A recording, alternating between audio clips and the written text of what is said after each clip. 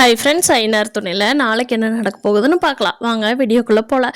நம்ம சேனல் இன்னும் subscribe பண்ணாதாங்க subscribe பண்ணிக்கோங்க. சோழன் என்னதான் நிலா என்னைய கசின்னு சொல்கிறாங்களே, அப்புறம் எப்படி நான் போய் பேசாமல் இருப்பேன் அப்படின்னு சொல்லி உண்மையெல்லாம் சொன்னால் நிலாவோட மனசு மாறி இல்லை நான் உங்களை வீட்டுக்காரராக தான் நினைக்கிறேன்னு சொல்லுவாங்களா என்னமோன்னு சோழன் எதிர்பார்த்து சொன்னார்.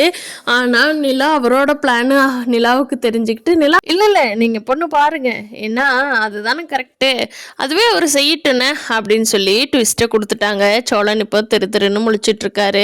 அவங்க வெளியில் போயிடுறாங்க. சோழன் இப்போ பாண்டியன்கிட்டையும் சேரன்கிட்டையும் புலம்புறாங்க.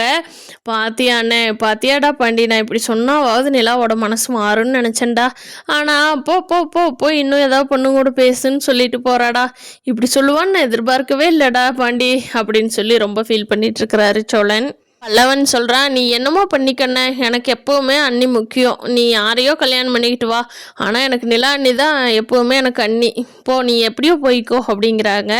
அதுக்கு சோழன், உனக்கும் உன் பிரச்சனை எனக்கு ஏன் பிரச்சனை, போடாடே போய் படிக்கிற வழி பாரு அப்படிங்கிறாரு. பல்லவனுக்கு என்ன கடுப்புனா, அந்த பொண்ணு நம்மளை பார்த்துட்டு அண்ணனை லவ் பண்ணுதே அப்படிங்கிற கடுப்பு தான் பல்லவனுக்கு. மற்ற எல்லா கதையும் மாதிரி இல்லாமல் டைரக்டர் இந்த கதையை நல்லா தான் கொண்டுட்டு போகிறாங்க. பார்க்கலாம் ஃப்ரெண்ட்ஸ். சோழன் நம்ம காயுமாட்ட சொல்லி எப்படி வெளியில் தப்பிச்சு வர்றாரு. நிலா லவ்வர்ஸ் டேக்குள்ளே அவங்களோட லவ்வை ஒத்துக்குவாங்களா, நான் சோழனை தான் லவ் பண்ணுறேன் அப்படிங்கிறத ஒத்துக்குவாங்களா, இல்லை அதுக்கடையில் அவங்க ஆஃபீஸில் வேலை பார்க்குற கௌதம் இருக்கார் இல்லையா, அவர் கண்டிப்பாக நிலாவை லவ் பண்ணுறாருங்கிறது எல்லாத்துக்கும் நல்லா தெரிஞ்ச விஷயந்தான். அவர் நிலாவுக்கு லவ் ப்ரப்போஸ் பண்ணுறப்போ நிலா எப்படி ரியாக்ட் பண்ணுறாங்க அப்படிங்கிறத வரப்போகிற நாட்களில் பார்க்கலாம். இந்த வீடியோ பிடிச்சிருந்தால் லைக் பண்ணிக்கோங்க. நீங்கள் என்ன நினைக்கிறீங்கன்னு கீழே கமெண்ட் பண்ணுங்கள். தேங்க்யூ.